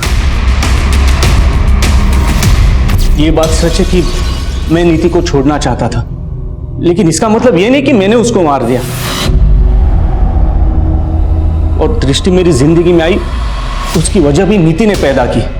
तुम्हें ऐसा लगता है ना कि मैं तुम्हारे लायक नहीं हूं, क्योंकि बड़ी स्टार प्लेयर बन रही हो ना तुम अभी, और अब तो तुम्हें मेरा साथ भी खटकने लगा है। देखो आप ज्यादा बोल रहे हो तुम। और इतना ही खटक रहा हूं तो छोड़ दो ना मुझे, ये भी इस गुमनाम जिंदगी से थक गया हूं। और यही दूरी मुझे दृष्टि के करीब ले आई।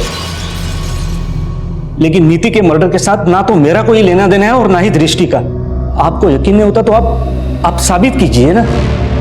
आप इस तरह से मुझे यहां बिठा के नहीं रख सकते सर।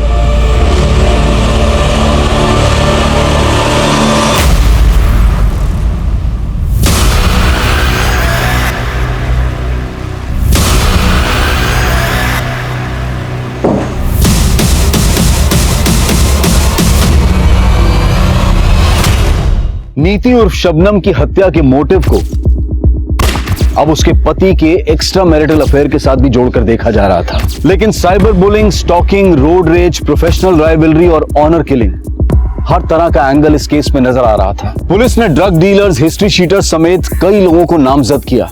सनी, तैयब, देवेंद्र, विशाल, विवेक और संतोष समेत कईयों के साथ सख्ती से पूछताछ की गई। लेकिन पुलिस 3 महीने तक चार्जशीट तो क्या, किसी भी सस्पेक्ट के खिलाफ कोई सबूत तक भी नहीं जुटा पाई थी। और गुजरते वक्त के साथ इस केस की हर लीड ड्राई हो चुकी थी और सभी मेजर सस्पेक्ट्स बेखौफ हो चुके थे। पर असल में क्रिमिनल कौन था, पुलिस 3 महीने तक भी भाप नहीं पाई थी।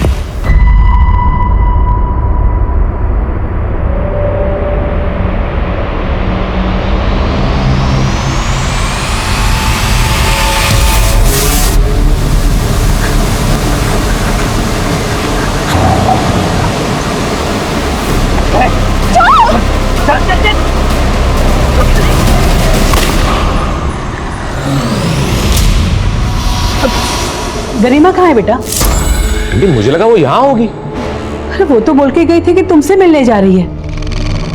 नहीं आंटी, वो नहीं मिली मुझसे, उसका तो फोन भी नहीं लग रहा, इसलिए तो मैं उसको ढूंढता हुआ यहाँ तक आया हूँ।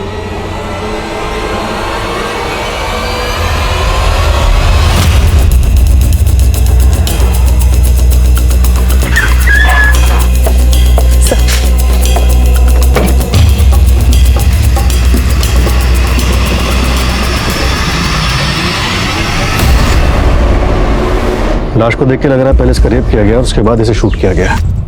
सर, लाश के पास ना कोई मोबाइल ना कोई पर्स मिला है। पता करो कौन है ये। पुलिस को जल्द ही पता चल गया कि गरिमा की मां ने एक थाने में उसकी मिसिंग कंप्लेंट फाइल की थी और जल्द ही उन्हें शिनाख्त के लिए बुलाया गया।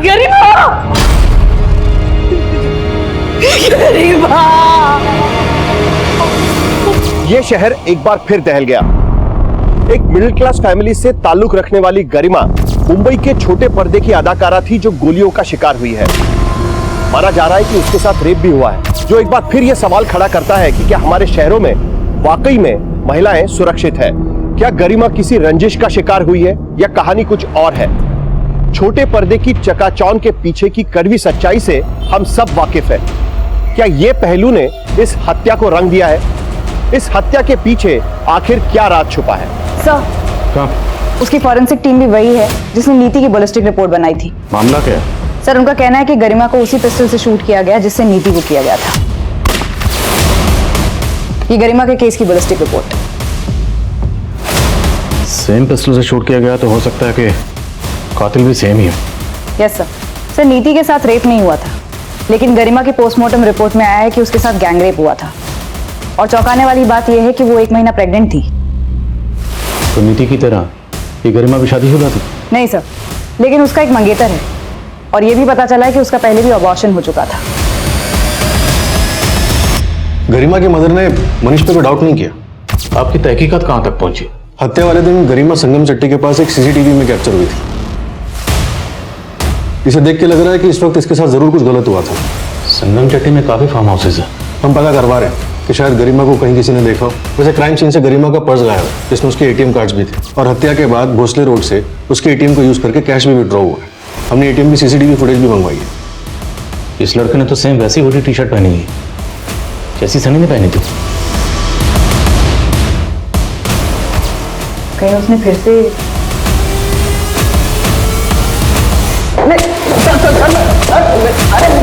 अरे मेरी बात, मैंने सच में कुछ नहीं किया। मैंने सच में कुछ नहीं किया। इस लड़की को देखा है कहीं? हाँ सर, मैंने इस लड़की को अपने एरिया में कई बार देखा है। ये सामने वाले फार्म हाउस में आया जाया करती थी। इस फुटेज में इस लड़के के हाथ पर एक टैटू नजर आ रहा है, जबकि सनी के हाथ पर ऐसा कोई टैटू नहीं। ये कोई और है। हेलो, ओके, हम आते हैं। सर, हत्या वाले दिन गरिमा संगम चट्टी के मोरे फार्म हाउस पर थी और वो फार्म हाउस मनीष के दोस्त का है। फिर भी बात तो सुनिए सर, मैं मानता हूँ कि वो मेरे साथ थी, तो मारा नहीं है सर मैंने उसे। गरिमा जिस हालत में फार्म हाउस से निकली थी उसे देखकर साफ लग रहा था कि उसे मॉलेस्ट किया गया होगा। वो 1 मंथ प्रेग्नेंट थी, इससे पहले एक बार अबॉर्शन करवा चुकी। तू मजबूर कर रहा था उसे? सर देखिए, मैं ना लोन देने का काम करता हूँ सर, और गरिमा मुझे पहले से पसंद थी। जब वो सर मुंबई में थी ना, तो मैंने उसे 2 लाख रुपए का लोन दिया था, और सर जब उसके पापा हॉस्पिटलाइज्ड हुए तो वो वापस से मेरे पास आई सर। मनीष, मैं जानती हूँ कि मैं तुम्हारे पहले के 2 लाख रुपए भी अभी तक नहीं चुका पाई हूँ, लेकिन मेरे पापा। बस करो गरिमा, पत्थर दिल नहीं हूं मैं। तुम्हें जितने पैसे चाहिए मैं दूंगा तुम्हें, लेकिन तुम्हें मेरी कुछ ख्वाहिशें पूरी करनी होंगी। करोगी ना? सर वो मान गई थी सर, और हम आए दिन उसके साथ।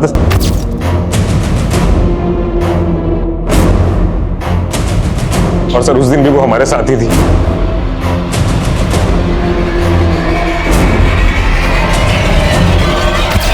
तो तुमने और तुम्हारे दोस्तों ने मिलकर गरिमा का रेप किया। फिर तो डर गया कि अगर उसने मुंह खोल दिया तो तू फंसेगा, इसलिए उसे मार दिया। सर नहीं सर, मारा नहीं है सर मैंने उसे। वो मेरे साथ थी सर, उसके बाद क्या हुआ सर मुझे सच में नहीं पता सर। हम बताएंगे इसके बाद क्या हुआ, जरा बताओ। सर प्लीज सर बता दो सर मनीष तो कुछ कबूल नहीं कर रहा और ना ही उसके दोस्त, और ऐसा भी कुछ नहीं मिल रहा जिससे ये साबित हो सके कि उन लोगों के पास 0.8 mm की पिस्टल होगी। वो लड़का जिसने गरिमा के ATM कार्ड से पैसे विड्रॉ किए थे, उसके हाथ में टैटू था, लेकिन इन दोनों के हाथ में कोई टैटू नहीं है। अब विवेक और विशाल का भी नीति और गरिमा से कोई कनेक्शन नहीं है। इनफैक्ट नीति और गरिमा का, इन दोनों का भी आपस में कोई कनेक्शन नहीं, और ना ही इनसे जुड़े लोगों का। इन दोनों केसेस में अगर कुछ भी कॉमन है तो है मर्डर वेपन, वो पिस्टल जिससे दोनों को शूट किया गया। शाश्वता, कुछ तो है जो हम मिस कर रहे हैं। दोनों केसेस को एक बार रिविजिट करते हैं।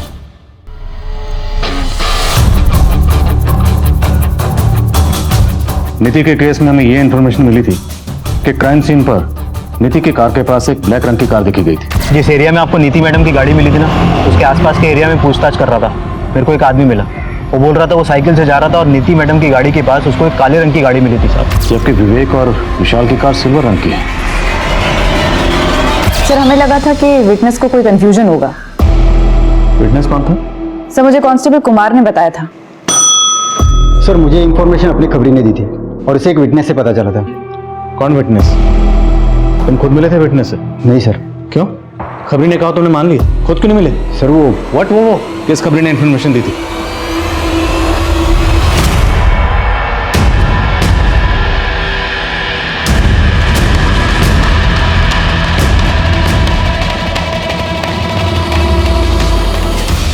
अरे मेरे पत्ते भी बांट, ग्लास दे। क्या बात है मन्ना, काफी परेशान लग रहा है। ये देख, अब इस टैटू वाले को ढूंढने को बोला पुलिस ने। अलग पूरी बाजू की शर्ट पहन के गया होता तो ये पंगा ही नहीं होता। पुलिस का जो दूसरा खबरी है ना, वो जानता है कि तू मेरा दोस्त है, और उसने तेरे हाथ पे टैटू देखा होगा तो बहुत बुरे फंसोगे। कैसे भी करके टैटू निकाल। हाँ, और तुम दोनों मिनट लो।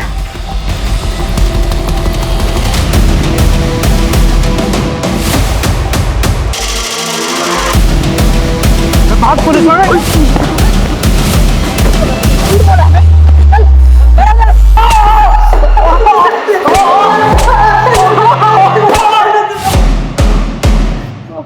बगल में छोरा और गांव में ढिंढोरा।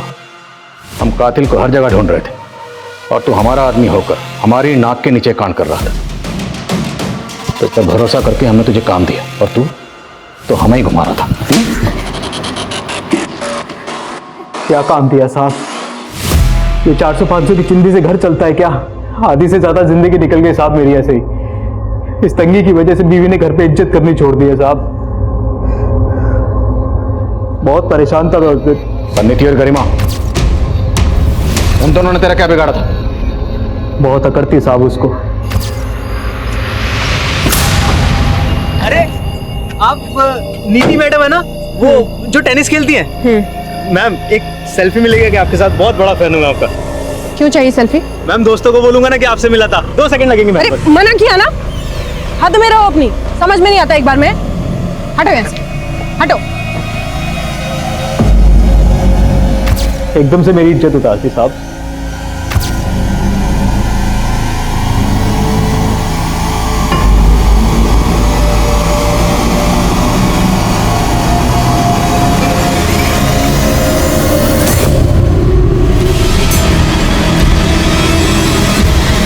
साहब आपसे इंफॉर्मेशन मिला कि नीति की गाड़ी का किसी के साथ एक्सीडेंट हुआ था। ये क्या कर दिया? दिखाई नहीं देता तुम लोगों को? और हम भी अपनी गाड़ी लेकर वहां गए थे साहब। मेरे को डर था कि किसी ने मुझे वहां देख न लिया हो, इसलिए आपको गाड़ी का दूसरा रंग बोल दिया था।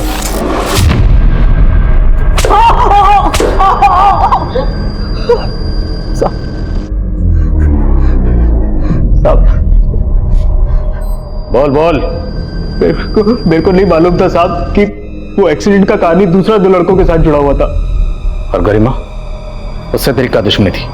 उसे क्यों मारा? कोई दुश्मनी नहीं थी साहब। उस दिन बहुत तंगी थी साहब, दारू पीने तक के पैसे नहीं थे और उस लड़की पे नजर पड़ गई।